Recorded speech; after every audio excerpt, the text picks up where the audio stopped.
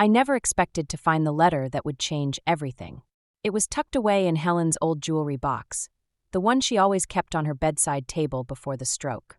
The paper was crisp, formal-looking, and definitely not meant for my eyes. My name is Maggie, and until that moment, I thought I was doing a pretty good job balancing my roles as a high school French teacher and caregiver to my mother-in-law. Well, almost mother-in-law. Ethan and I weren't married, but after 2 years of living together with his kids, it felt like we were family. I probably shouldn't have been going through Helen's things, but she'd been asking about her pearl necklace all week. Even with her limited speech, she kept pointing to her neck and making distressed sounds. I figured finding it might bring her some comfort. Instead, I found something else entirely. "Dear Mr. Davidson," the letter began. I recognized the law firm's letterhead immediately, the same one that handled Helen's estate planning.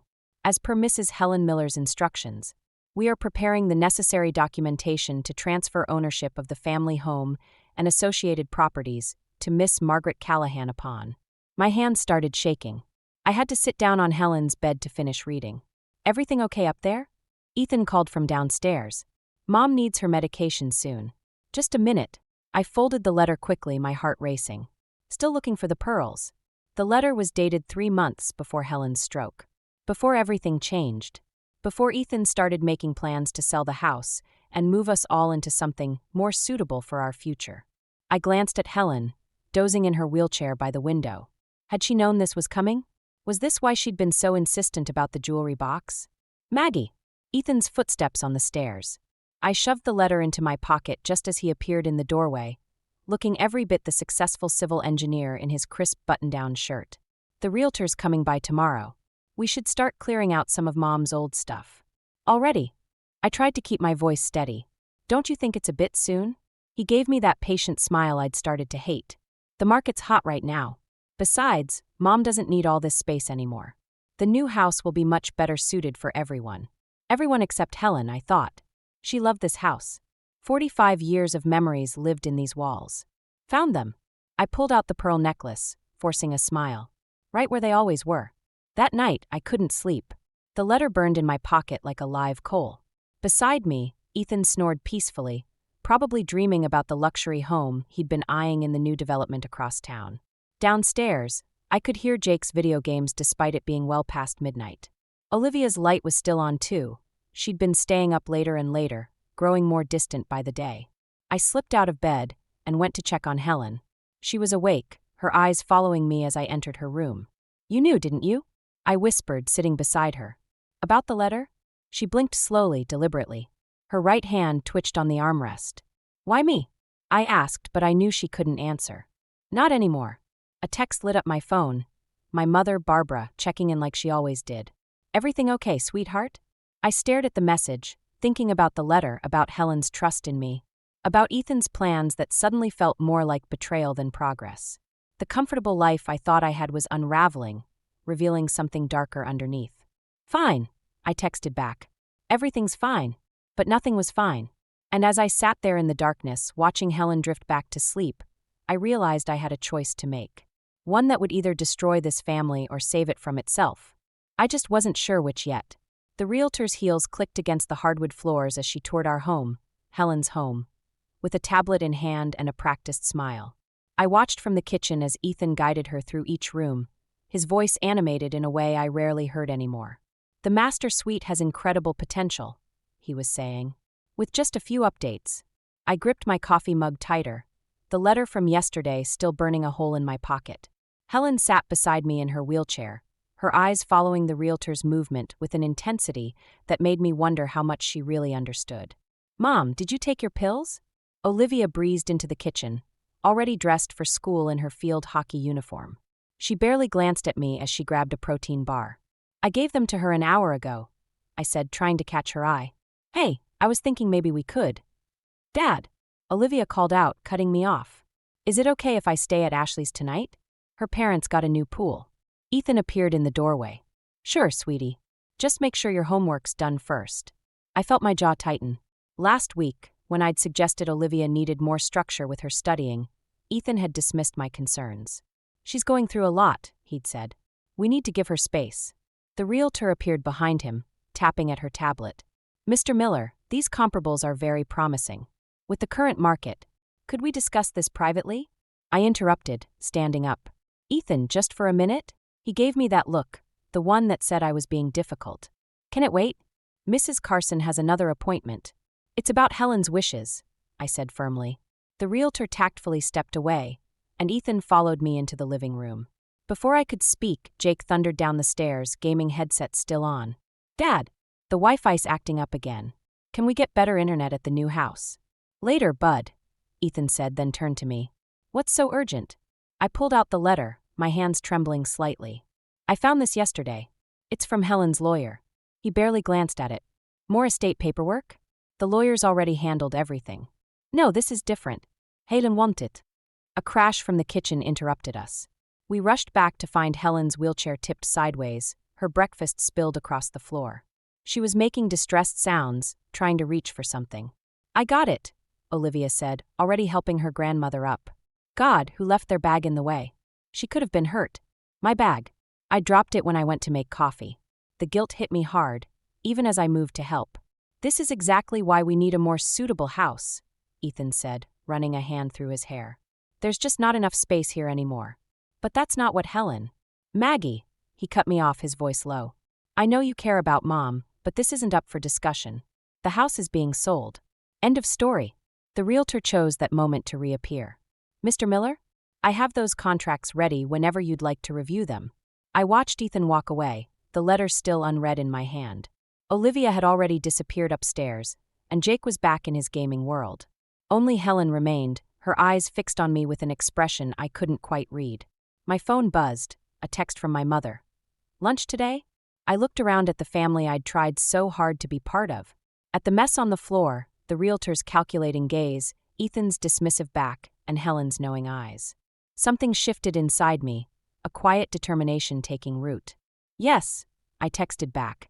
We need to talk. Because now I understood, this wasn't just about a house or an inheritance. This was about power, about being heard, about standing up for what's right. And if Ethan wouldn't listen, well, Helen had given me the means to make him pay attention. I just had to figure out how to use it. The box of old papers nearly crushed my toes when it slipped from the attic shelf. I'd been searching through Helen's storage while everyone was out, hoping to find more evidence to support the letter, when a yellowed newspaper clipping fluttered to the floor. The headline made my blood run cold. Miller Construction under investigation, major safety violations alleged. I sank to the dusty attic floor, scanning the article dated 15 years ago. Ethan's father, Richard Miller, had allegedly covered up structural defects in several major projects. The case mysteriously disappeared before reaching court, but the article mentioned substantial payoffs and destroyed evidence. My phone buzzed, a text from Ethan. Where are you? The mortgage broker's waiting. I ignored it, my hands shaking as I dug deeper into the box. More articles, letters, and what looked like copies of canceled checks. Each piece painted a darker picture of the Miller family's past. Maggie! Jake's voice startled me. He stood at the attic entrance, gaming headset around his neck. Dad's getting mad. He says you're not answering your phone. I'll be right down. I stuffed the article into my pocket alongside Helen's inheritance letter. Just cleaning up some old things. Jake lingered, shifting uncomfortably. Hey, about yesterday. I didn't mean to be a jerk about the Wi-Fi thing. It's okay. Dad says once we move, everything will be better. He wouldn't meet my eyes. Like we'll be a real family again. The words hit like a punch to the gut. Before I could respond, Olivia's voice carried up the stairs. Jake! Dad needs us downstairs. The broker wants to meet the whole family. I followed them down, my mind racing. In the living room, Ethan stood with a well-dressed man, both examining papers spread across the coffee table. Helen sat in her usual spot by the window, but something about her expression seemed different, more alert, almost warning. There you are, Ethan said, his smile not reaching his eyes. We're just finalizing the sale details. The broker needs all resident signatures. Resident signaturas. I echoed. The broker nodded. Yes, anyone currently living in the property needs to sign off. I cannot olosif. My fingers brushed the newspaper article in my pocket. Actually, I need to discuss something with Ethan first. In private. Not now, Maggie, Ethan said through clenched teeth. Yes, now. Itarn to the broker. Could you give us a moment? Once he stepped out, Ethan rounded on me. What are you doing? This is a crucial meeting. Did you know about your father's scandal? I pulled out the article. About the construction cover-ups? The color drained from his face. His eyes darted to Helen, then back to me. Where did you get that? Does it matter? Is this why you're so desperate to sell? To move somewhere new and pretend none of this happened? You don't understand, he hissed. My father worked his entire life to build this company. I've spent years rebuilding our reputation. By selling Helen's house? The house she specifically left to me. The room went silent. Olivia and Jake stared at us, wide-eyed. Helen's hand twitched on her armrest. What do you mean, left to you? Olivia asked. I pulled out the inheritance letter. Your grandmother made arrangements before her stroke. She wanted. Enough. Ethan snatched both papers from my hands. Kids, go upstairs. Now. But Dad. Now. After they left, Ethan's voice was dangerously quiet. You had no right to go digging through our past. No right to question my decisions for this family. Your decisions? I laughed bitterly. What about Helen's decisions? What about what she wanted? What she wanted doesn't matter anymore. She's not capable of making those choices now. Behind him, Helen's hand moved deliberately to her throat, where her pearl necklace lay. Our eyes met, and in that moment I understood. She hadn't just left me the house. She'd left me the truth. You're wrong, I said, straightening my spine. She's more capable than you think. And so am I. I walked out of the room, leaving Ethan with his crumpled papers and his secrets. Because now I had something more valuable than an inheritance. I had leverage. And I intended to use it. The silence in my mother's kitchen felt heavier than usual. Barbara watched me over her coffee cup as I paced, the morning's events still churning in my stomach. He's selling the house anyway, I said, stopping at the window. The broker's probably there right now, papers all ready to sign. Without your signature? Barbara set her cup down. From what you've told me about that letter, he can't do that. He'll find a way. My phone buzzed again. Another missed call from Ethan. He always does. A car pulled into the driveway, Mrs. Thompson's silver Mercedes. Perfect. Just what I needed. The woman who'd introduced me to Ethan 2 years ago, probably here to remind me how lucky I was to have him. I invited her, Barbara said, reading my expression. There's something you need to hear. Mrs. Thompson bustled in, clutching her designer handbag like armor. Meggie, dear, you look terrible. Thanks, I muttered. Show her, Barbara urged. Mrs. Thompson's perfectly manicured hands shook slightly as she pulled out a folder. I should have told you this when I first introduced you to Ethan, but, well, I thought things might be different this time. Inside were photographs, Ethan with different women, all similar to me in age and appearance. News clippings about property disputes, contested wills, allegations of fraud. He's done this before? My voice sounded distant, even to myself. 3 times, Mrs. Thompson said. Always with caregivers. Women who helped with his mother after Sarah, his wife, passed. None of them knew about Helen's real estate holdings until it was too late. My phone buzzed again. A text from Olivia. Where are you? Dad's acting weird and Jake won't come out of his room. The kids, I whispered. They don't know. They were younger then, Mrs. Thompson said. Each time, he'd move them before they could get too attached to anyone. The doorbell rang, making us all jump. Through the front window, I saw Ethan's car in the street. I'll handle this, Barbara stood, but I stopped her. No. It's time I did. Ethan's smile was strained when I opened the door. Maggie, we need to talk. The broker's waiting, and... He spotted Mrs. Thompson through the doorway, and his face hardened. What's she doing here? Showing me your greatest hits, I said, holding up the folder. Quite a pattern you've got going. He stepped closer, dropping his voice. Whatever she told you, it's not true. Like the construction scandal wasn't true? Like Helen's letter isn't true. The kids need stability, Maggie. A fresh start. You understand that, don't you? His tone was gentle, reasonable. The same voice he'd used to convince me to move in, to take care of Helen, to build a life with his family. No, I said. What they need is the truth. My phone buzzed again, Jake this time. Found something weird in Dad's office. Can you come home? Ethan saw the message over my shoulder. Something flashed in his eyes. Fear? The kids are off limits, he said quietly. Whatever you think you're doing, whatever revenge you're planning, leave them out of it. Like you left them out of your schemes? How many fresh starts have they had, Ethan? He grabbed my arm, not quite hard enough to hurt, but enough to make his point. Don't make this messier than it needs to be. Let go of her. Barbara appeared in the doorway, phone in hand. Or the police can hear about all your fresh starts. He released me, straightening his jacket. Think about what you're doing, Maggie. Think about the kids. That's all I could think about. After he left, I stared at Jake's message, my hands trembling. Whatever he'd found in Ethan's office, it was another piece of the puzzle. One that could either save us all or destroy everything. What are you going to do? Barbara asked. I grabbed my keys. I'm going to get the truth. All of it. And then I'm going to make sure those kids never need another fresh start again. Because sometimes I was learning, revenge isn't about getting even. Sometimes it's about making things right. My laptop screen glowed in the darkness of my mother's guest room, illuminating the faces of my new online French students. 3 sessions tonight, 2 tomorrow morning. Every extra dollar counted now. Merci beaucoup, Madame Callahan, a student said as our lesson ended. Same time next week? I nodded, forcing a smile. Next week. Would I even be here next week?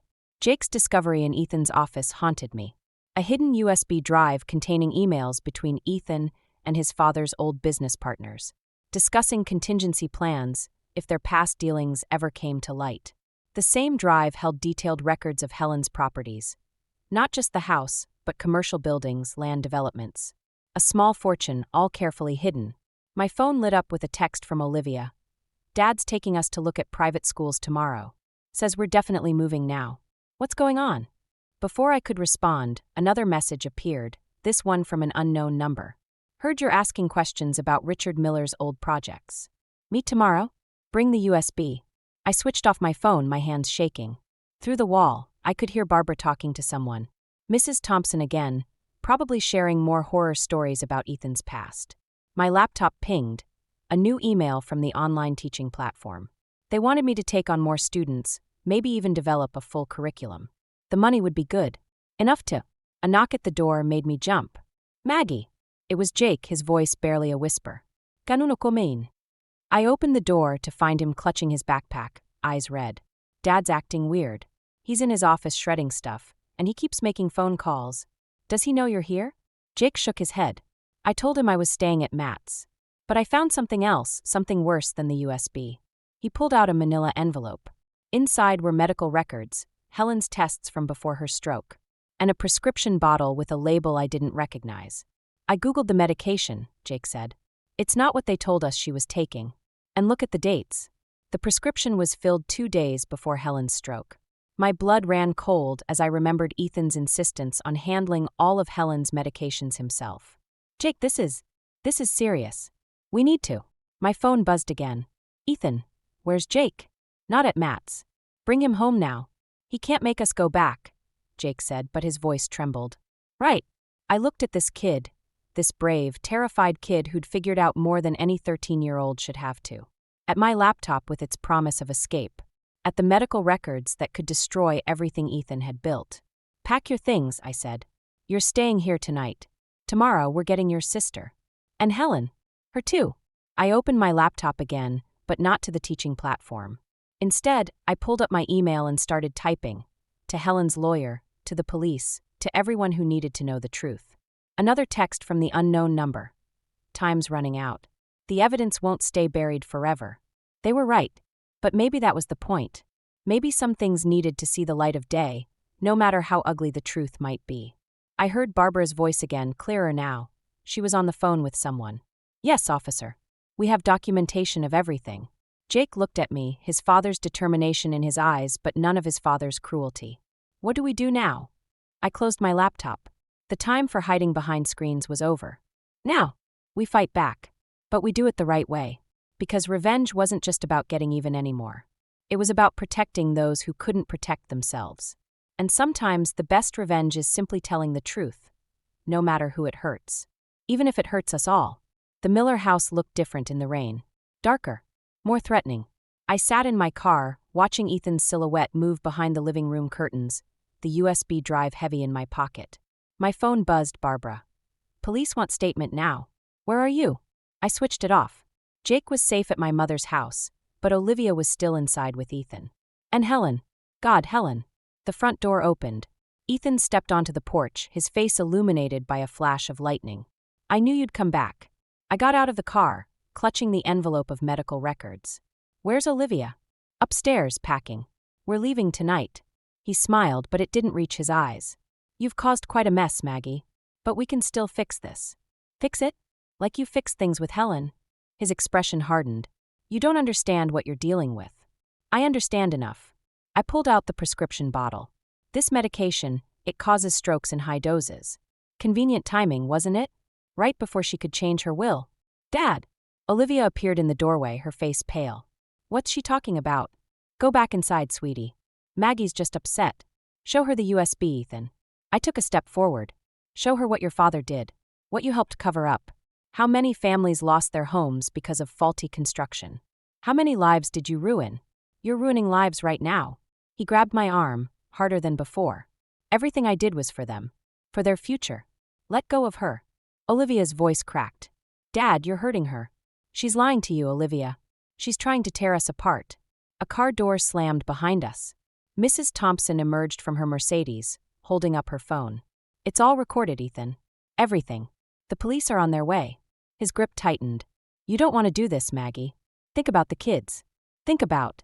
A weak cry came from inside the house. Helen. Mom. Olivia rushed back inside. I tried to follow, but Ethan blocked the door. She's fine. She just needs her medication. The real medication? Or more of what you gave her before? His face twisted. You think you're so righteous? You're nothing. A substitute teacher playing house with a family that isn't yours. Police sirens wailed in the distance. Dad! Olivia screamed from inside. Grandma's not breathing. Everything happened at once. Ethan shoved past me, running inside. Mrs. Thompson was calling 911. And I froze. Because this wasn't revenge anymore. This was life and death. I found them in Helen's room. Ethan performing CPR while Olivia sobbed. Helen's eyes were open, fixed on me, trying to say something. Her hand moved to her neck, to the pearl necklace. The same gesture she'd made earlier. The necklace, I whispered. Olivia, get her necklace. Inside the clasp was a microchip. A recording device. Helen's insurance policy, hidden in plain sight all these months. Ethan saw it and lunged, but the police burst in before he could reach it. As they led him away, he kept shouting about family, about loyalty, about everything he'd sacrificed. The paramedics worked on Helen. Olivia clung to me, shaking. I heard everything. In his office. The calls. The plans. I should have said something sooner. This isn't your fault, I told her, but my voice was hollow. Because in trying to protect everyone, I'd nearly lost them all. Helen was being loaded onto a stretcher, her fate uncertain. Jake was traumatized. Olivia's world was shattered. And me. I stood in the wreckage of a family I'd tried to save, wondering if revenge was worth the cost. The rain kept falling, washing away everything except the truth. And sometimes I was learning, the truth hurts more than any lie. But at least it was real. At least it was ours. And maybe, just maybe, that would be enough to build something new from the ashes of what we'd lost. The hospital waiting room felt like limbo. Helen was in surgery. Complications from the previous stroke, the doctors said. Jake slept curled up in a chair while Olivia paced, still wearing her rain-soaked clothes. My phone lit up. Unknown number. Evidence received. Coming to take statement. Hold position. That's when Ethan walked in, flanked by 2 officers. They'd let him come say goodbye before taking him to the station. His hands were cuffed in front of him, but he still carried himself like he owned the room. 5 minutes, one officer said. Olivia stopped pacing. Jake stirred but didn't wake. You won, Ethan said quietly. Congratulations. The recording, the documents, Helen's statement. You've destroyed everything. You destroyed it yourself. I stood, keeping my voice low. Every lie, every manipulation, every pill you gave Helen. I protected this family. Protected our legacy. Dur legacy. Olivia's voice cracked. Is that what you call drugging Grandma? Lying to us about Mom. Ethan's facade cracked. What are you talking about? I found Mom's letters. Olivia's hands shook as she pulled out her phone. The ones you hid. She knew about Grandpa's scandal. Was going to report it. Then she had that accident. The color drained from Ethan's face. Olivia, you don't understand. I understand everything now. She played a voice recording. Sarah Miller, Ethan's late wife, detailing her discoveries about the construction fraud. The recording was dated 2 days before her fatal car crash. Jake was awake now, watching with wide eyes. The necklace wasn't Helen's only insurance policy, I said. Sarah had one too. And Olivia found it. Ethan lunged forward, but the officers caught him. You turned my own children against me. No, Jake stood up. You did that yourself, Dad. We just finally saw it. A doctor appeared in the doorway. "Miss Callahan? Mrs. Miller is asking for you." "This isn't over," Ethan called as the officers led him away. "That house, those properties, they belong to the Miller family." "You're right," I said. "They do belong to the Miller family. Just not your version of it." Helen was pale but alert in her hospital bed. Her right hand moved deliberately to her throat, where the pearl necklace used to be. "The recording," she whispered, her voice stronger than I'd heard in months. "You found it. You knew. All this time." She smiled weakly. "Waited. For right person. Someone who'd protect them." Olivia and Jake appeared in the doorway, hesitant. "Come," Helen beckoned. "My real legacy." As they huddled around her bed, I felt the weight of everything shift. This wasn't about revenge anymore. It wasn't even about justice. It was about protection. About truth. About building something new from the ashes of what was lost. My phone buzzed again. Federal investigators want to meet. Multiple cases linked to Miller construction fraud. Victims seeking restitution. "What happens now?" Jake asked, his hand in his grandmother's. "Hedens ich mit mina." In them, I saw not the stroke victim Ethan had tried to silence, but the fierce matriarch who'd orchestrated her family's salvation. "Now," I said, "we rebuild. The right way. Because sometimes the greatest act of revenge isn't destroying something. It's creating something better in its place." Olivia took my hand, Jake held his sister's, and Helen watched us with tears in her eyes. A chain of trust and truth that no amount of lies could break. Outside, the rain had finally stopped. 6 months later, I stood in Helen's garden, watching Jake and Olivia plant new roses. The old house looked different now, brighter somehow, despite the autumn chill. "The settlement money came through," Barbara said, joining me with 2 cups of coffee. "The victims of the construction fraud?" I nodded. Helen insisted on selling everything except this house. Said the money should go back to the families who lost their homes. Inside, Helen's voice carried through the open window as she guided her speech therapist through another session. Her recovery had surprised everyone, except maybe herself. My phone buzzed with a notification from my online teaching platform. The French curriculum I'd developed was gaining traction, providing a steady income that gave us all breathing room to heal. "Did you see this?" Olivia came over, holding up her phone. A news article showed Ethan in his prison jumpsuit, heading to court for another hearing. "He's trying to appeal the sentence." "Let him try," I said. "The truth isn't going anywhere." Jake looked up from his roses. "Mom's letters helped other people come forward. The detective said there might be more cases." "Your mother would be proud of you both," I said. "Standing up for the truth like that." Olivia's eyes welled up. "I keep thinking about what she must have felt, discovering everything alone. At least we had each other." A car pulled into the driveway, Mrs. Thompson with more boxes of documents. The investigation was still expanding, uncovering years of corruption that went beyond just the Miller family. "There's something else," Barbara said quietly. "The prison requested a family visit." The kids froze. Helen appeared in the doorway, her face concerned but steady. "We don't have to decide now," I said. "Or ever. It's your choice." "What about you?" Jake asked. "Will you come with us?" "If we go." The question hung in the air. 6 months ago, I'd wanted revenge. Had dreamed of seeing Ethan face justice for everything he'd done. But now, "I'll be here," I said. "Whatever you decide. That's what family does." Helen smiled, that knowing smile that had started everything with a pearl necklace and a hidden letter. Later that evening, as the kids did homework at the kitchen table and Helen dozed in her favorite chair, I found myself in the garden again. The roses wouldn't bloom until spring, but their roots were taking hold, growing stronger beneath the surface. My phone lit up with a message from an unknown number. "More evidence found. Could affect appeal. Need your statement." I looked through the window at my unlikely family, not bound by blood or marriage, but by something stronger. By choice. By truth. By the kind of love that grows in the aftermath of storms. "Coming," I texted back, because revenge hadn't given me what I wanted. Justice hadn't either, not completely. What had saved us was simpler than that, the courage to speak truth, to choose love over fear, to build something new from the ashes of what was lost. Olivia called from inside. "Maggie, can you help me with my French homework?" "Just a minute," I called back, taking one last look at the garden. The roses would bloom again. Different from before, maybe, but stronger for having been replanted. Just like us. I turned toward the warm light of home, leaving the shadows of the past where they belonged, behind us, fading in the growing dark. Because sometimes the best revenge isn't about destroying what hurt you. It's about growing something beautiful in its place and watching it bloom.